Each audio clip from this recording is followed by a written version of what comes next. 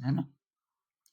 ये पृथ्वी है और पृथ्वी के ऊपर ये करीब-करीब 15 किलोमीटर तक वायुमंडल की पहली परत है। वायुमंडल की बहुत सारी परतें हैं, वो पढ़ाएँगे सर जी भूगोल में, है ना? बहुत सारी परतें हैं। जो पहली परत है अ, उसके बाहर ही है। कौन? ओज़ोन की एक परत है काफ़ी मोटी, वो बचा के रखती है हमको। वो परत कैसे बनी होगी शुरू में? तो ऐसा कहते हैं कि सबसे पहले जब पृथ्वी में कुछ नहीं था, कोई जीवन नहीं था, पानी आ गया था, समुद्र बन गए थे, धरती भी थी, लेकिन सब बंजर था। कोई प्राणी नहीं, कोई बैक्टीरिया भी नहीं, हैं? तो समुद्र में की जीवन की उत्पत्ति हुई। एक कोशिका की कोई चीज़ें बनी, जो बाद में वनस्पति बना। बाद में फिर काई वगैरह-वगैरह, काई काई जानते हो? मछलियाँ काई खाती हैं वहाँ, उसको प्लैंकटन बोलते हैं समुद्र में। और वो बना, तो हरा होता है ना, शैवाल। तो मतलब वो खाना बनाने लग गया अपना, तभी तो जिंदा रहती है वनस्पति। किससे खाना बनाते हो?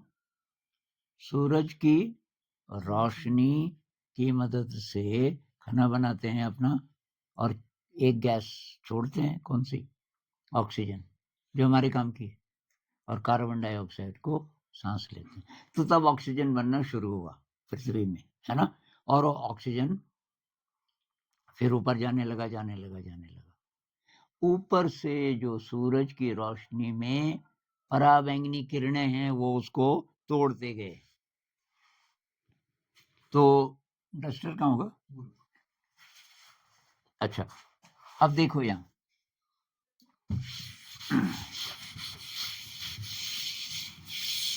थोड़ा सा आप लोग मेरे ख्याल से बोरिंग हो सकता है, पर थोड़ा हिम्मत करोगे तो समझ जाओगे आप।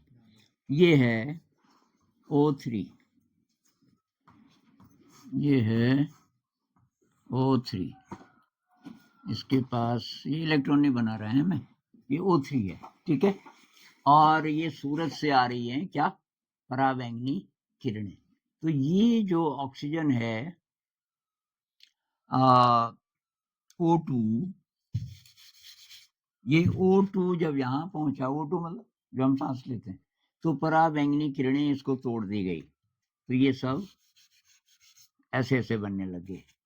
तो मान लीजिए यहाँ पे तो ठीक है O2 है, यहाँ पे भी O2 है, ऐसे ऐसे बहुत सारे हैं, बिलियंस बिलियंस मतलब। लेकिन ये था, इसके टुकड़े हो गए, ये अकेले अकेले रह नहीं सकते, तो ये तुरंत किसी न किसी से मिलेंगे। तो ये इसके साथ अगर मिल जाएगा, ये इसके साथ मिल जाएगा, तो ये क्या बनाएंगे? ये इसके साथ मिला, ऐसा हो जाएगा, और ये इसके साथ मिलेगा तो ऐसा हो जाएगा। इस तरीके से ओजोन बनना शुरू हुआ, धीरे धीरे धीरे धीरे। समझ आ रहा जरा जरा कि पूरा ही? थोड़ा थोड़ा ये समझ आ गया कि ये तीन तीन वाला कैसे बना? इसलिए बना कि ये जो दो वाला है, जो हम सांस लेते हैं O2 जब ऊपर गया, है ना, तो ऊपर ये जो ऊपर से वो आ रहा था, ऊपर क्यों गया? क्योंकि गैस है, हल्की है ना, तो ऊपर तो जाएगी, लेकिन उसको तोड़ने लगा कौन? पराबैंगनी किरणें सूरज की, और वो आपस में फिर जुड़ने लगी। ऑक्सीजन का एक ही एटम रह जाएगा, तो वो अकेला नहीं रह सकता, वो बहुत जल्दी ढूंढता है, तो वो O2 के साथ मिलते गए और ये O3 बनते गए। अभी अभी भी हो रहा है, वो तोड़ती जाती है इनको, लेकिन आपस में फिर जुड़ जाते हैं। तो अल्ट्रा वायलेट जो किरणें हैं, मान लीजिए कि 1 सेकंड में 1 बिलियन O3 के अणुओं को उसने तोड़ा, लेकिन 1 ही बिलियन दोबारा वो बन भी जाते हैं, तो कोई नुकसान नहीं है। ये समझ आ रहा है? डांस चल रहा है, मतलब इधर से टूट रहे हैं, उधर से बन रहे हैं, उधर से टूट रहे हैं, इधर से बन रहे हैं, तो कोई फर्क नहीं पड़ रहा है। अल्ट्रा वायलेट जो किरणें हैं, उसकी गर्मी को भी ये ले लेते हैं, है ना। और ये जो जितनी टूट फूट होती है, वो साथ साथ रिपेयर होती रहती है, कोई प्रॉब्लम नहीं थी हजारों हजारों सालों से। भाई साहब हमारी साइंस, और यहाँ वैज्ञानिकों ने कुछ कृत्रिम गैसें बनानी शुरू की जो होती नहीं है, मतलब पहले कहीं नहीं थी, उन्होंने बनानी शुरू की। क्यों? फ्रिज बना एक तो हमारा, फ्रिज में खाना ठंडा क्यों रहता है? तो अब के फ्रिजों में जरा वो बदलाव कर रहे हैं, लेकिन आज से कुछ साल पहले फ्रिज में वो गैस होती थी, उसका नाम है क्लोरोफ्लोरोकार्बन। बोलो, क्लोरोफ्लोरोकार्बन। ये बनाना उन्होंने शुरू कर दिया। कार्बन पे क्लोरीन भी और फ्लोरीन भी, एक ही कार्बन के एटम पे क्लोरीन भी हो फ्लोरीन भी हो तो उसको बोलते हैं क्लोरोफ्लोरोकार्बन। उसके बारे में आज बात करेंगे। वो बनाना शुरू किया तो शुरू में किसी को पता ही नहीं चला कि कोई नुकसान भी है, वैसे नुकसानदायक नहीं है। तो उन्होंने फ्रिज में भी डालना शुरू किया।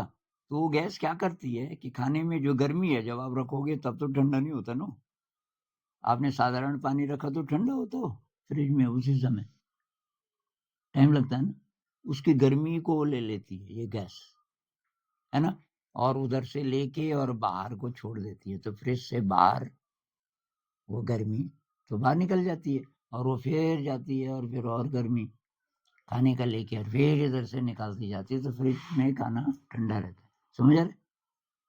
दूसरा, फोम के गद्दे देखे आपने? फोम, उसको दबाओ तो दब जाता है ना, तो ऐसे फूला हुआ क्यों रहता है? उसको शुरू में जब वो फुलाते हैं तो यही गैस होती है, क्लोरोफ्लोरो कार्बन, उससे वो फुलाते हैं उसको। और फूल गया तो उसी के अंदर रहता है ज्यादा, पर थोड़ा थोड़ा लीक भी करता होगा। वो फूला हुआ उसी गैस के कारण है, वो मतलब नुकसानदायक नहीं है हमारे लिए। अच्छा जी, कुछ और जगह भी उन्होंने इसका इस्तेमाल शुरू कर दिया, सब ठीक ठाक चल रहा था। फिर कुछ वैज्ञानिकों को ये पता चला कि जो ओजोन की परत है उसको तो ये नुकसान कर रहा है, और ज्यादा ही नुकसान हो जाएगा तो तब क्या होगा? वो किरणें सीधे, मान लीजिए पृथ्वी है, ये परत है ओजोन की, यहाँ पे छेद हो गया। छेद कैसे हुआ?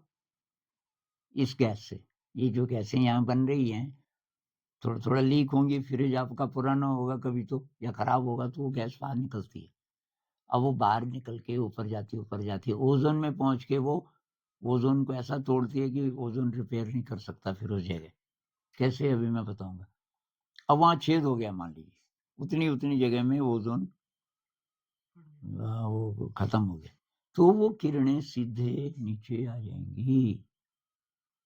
अब मान लीजिए भारत के ऊपर ऐसा हो जाए तो सारी नीचे आ जाएंगी। वहां जितनी वनस्पति है, जितने लोग हैं, उनके रोग होने शुरू होंगे धीरे धीरे धीरे। खतरनाक है ना, बहुत ज्यादा।